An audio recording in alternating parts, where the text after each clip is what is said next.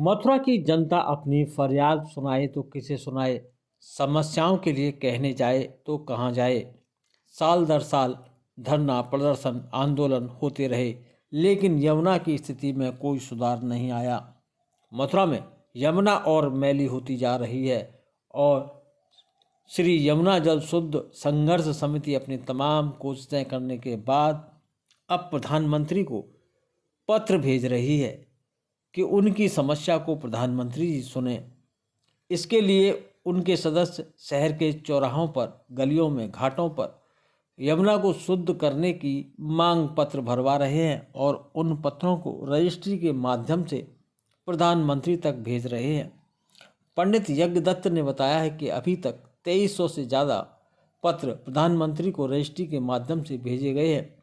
पहले चरण में 10,000 पत्र भेजे जाएंगे। उनका कहना है कि मथुरा में यमुना जी जिस कगार पर हैं वो अत्यंत ही कष्टकारी है, वह अब सहन नहीं हो रहा। 2 बार से सांसद को तीसरी बार फिर टिकट दे दिया। जिन्होंने 10 साल में कोई कार्य करके नहीं दिखलाया।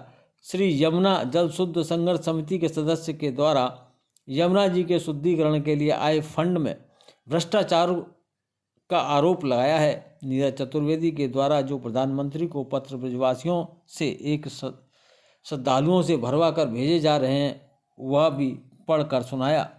यमुना भक्त अमित भारद्वाज ने बताया कि यमुना जो के कार्य के लिए जो पैसा आ रहा है वह कहाँ गया पता नहीं चला।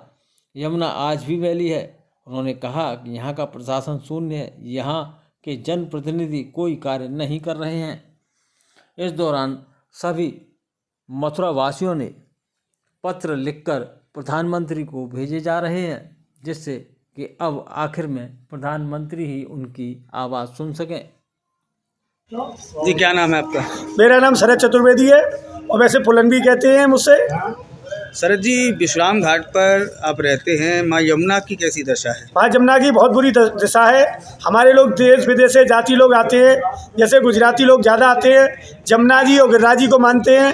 तो हम लोग कहते हैं कि इतना गंदा कर रखा है, इतना गंदा कर रखा है। तो हम लोग उनसे कहते हैं भैया हमने तो यूपी ने 81 सीट दिया था, यूपी में से 76 सीट दिया था, फिर भी हमारे यमुना के लिए कुछ भी नहीं हुआ। हम तो यमुना जी के लिए यही चाहते हैं कि यमुना जी का योगी और मोदी यमुना जी का उद्धार करे। जैसे राम मंदिर बना ऐसे ही यमुना जी का उद्धार हो। हम तो ये प्रार्थना कर रहे हैं, हमारी तो प्रार्थना ये है और कोई प्रार्थना नहीं है हमारी। नीरज जी, प्रधानमंत्री जी को पत्र भरवा कर भेजे जा रहे हैं, क्या पत्र है, क्या उसमें लिखा हुआ है, थोड़ा हमें देखिए, इसके संबंध में हम लोग प्रत्येक व्यक्ति से जो अपनी आस्था पतित पावनी माँ यमुना में रखता है उससे हम शपथ पत्र भरवा रहे हैं। उस शपथ पत्र में लिखा हुआ है, मैं देश का नागरिक होने के नाते आपको अवगत कराना चाहता हूँ कि करोड़ों सनातन धर्म प्रेमी जनता आस्था का केंद्र माँ यमुना, जिसकी की प्रधानी श्री कृष्ण जी कही जाती है, आपके गैराज गुजरात के भी करोड़ों गुजरातियों को भी माँ यमुना में आस्था है। गुजरात राज्य से प्रतिवर्ष लाखों श्रद्धालु यहाँ अपनी आस्था लेके पुण्य तीर्थ विश्राम घाट पर आते हैं। जब वो यहाँ के गंदगी को देखते हैं तो उनके मन में बहुत पीड़ा होती है। इसी संदर्भ में छोड़े गए गंदे नालों को टेप कराने के संबंध में, जहरीले पानी को शुद्ध करने के संबंध में हम सब लोगों से माँ यमुना को पतित पावनी को शुद्ध कराने के लिए शपथ पत्र भरवा रहे हैं और मोदी जी से आशा करते हैं तो वो अपने स्तर से, अपने शासन के स्तर से, केंद्र सरकार के सहयोग से इस पुण्य तीर्थ विश्राम घाट पर माँ यमुना को शुद्ध कराने में अपना सहयोग प्रदान करें। जी, ब्रजवासियों को ये कदम क्यों उठाना पड़ा कि सीधा प्रधानमंत्री को पत्र भेजे जा रहे हैं? देखिए, 84 से लेकर अब तक बहुत सारी स्कीमें आई, अरबों रुपए यहाँ पर आए, खर्च हुए, कहाँ खर्च हुए पता नहीं लग पा रहा है।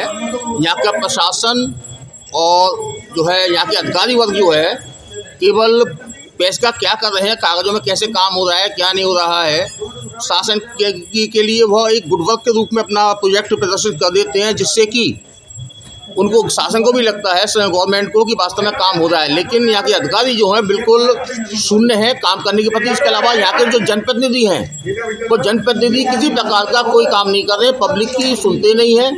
एक बहुत लंबा अंतराल हो गया। इस समय जो सरकार चल रही है उससे अपेक्षा की जाती है और अपेक्षा पे ना तो जनप्रतिनिधि खड़े उतर पा रहे हैं और ना ही जो है अधिकारी काम कर पा रहे हैं। जनप्रतिनिधियों का कंट्रोल अधिकारियों पे नहीं है, शासन का उन पर कोई कमांड नहीं है। अधिकारी के जो मन में आ रहे हैं वो कर रहे हैं। केवल ये पैसों का बंटा बांट हो रहा है, क्या हो रहा है ईश्वर जाने। लेकिन दीप्ति जी, आज आपके द्वारा ये फॉर्म भरवाए जा रहे हैं, सुना है कि प्रधानमंत्री तक पहुंचाए जा रहे हैं, क्या है पूरा मामला? ऐसा है, विगत लगभग 3 हफ्ते से हम श्री यमुना जल शुद्धिकरण संघर्ष समिति के द्वारा ये प्रयास किए जा रहे हैं कि प्रधानमंत्री जी हमारी बात प्रधानमंत्री तक पहुँचे। उसी क्रम में हमने पहले चरण में 10,000 पत्र भरवाने का लक्ष्य निर्धारित किया है, जिसके तहत हम तकरीबन 2200 से 2300 पत्र प्रधानमंत्री जी को भेज चुके हैं और हमारा हस्ताक्षर कराने का क्रम निरंतर जारी है। आज हम यहाँ पुण्यतीर्थ विश्राम घाट पर हमने गुजरातियों से साइन कराने आए तो उनकी पीड़ा को देखकर हमको बड़ा कष्ट हुआ।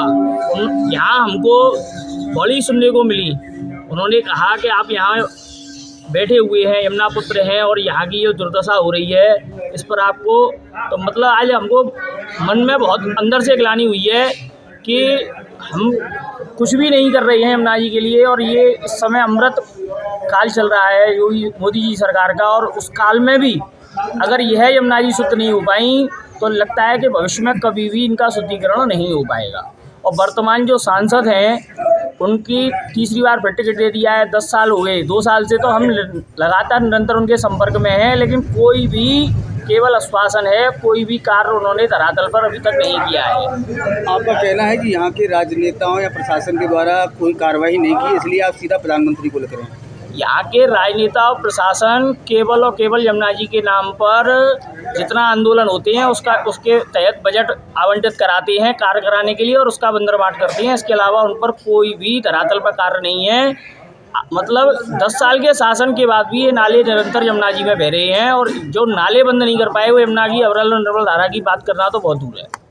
क्या लक्ष्य है आपका, कब तक इसे भरवा कर भेजेंगे और कितने आपने लक्ष्य बनाया है कि हमें इतने ज़्यादा से ज़्यादा भेजें? हम तो निरंतर इस क्रम में जारी थे, लेकिन अब ये चुनाव आ गए हैं तो ये समय मेरे हिसाब से तो सभी प्रदेशवासियों की ये मांग है कि ये चुनाव से पहले कुछ ना कुछ सरकार द्वारा ये घोषणा होनी चाहिए, अन्यथा हो सकता है कि आगे कुछ क्रांतिकारी कदम भी उठाए जा सकते हैं और चुनाव की बहिष्कार भी हो।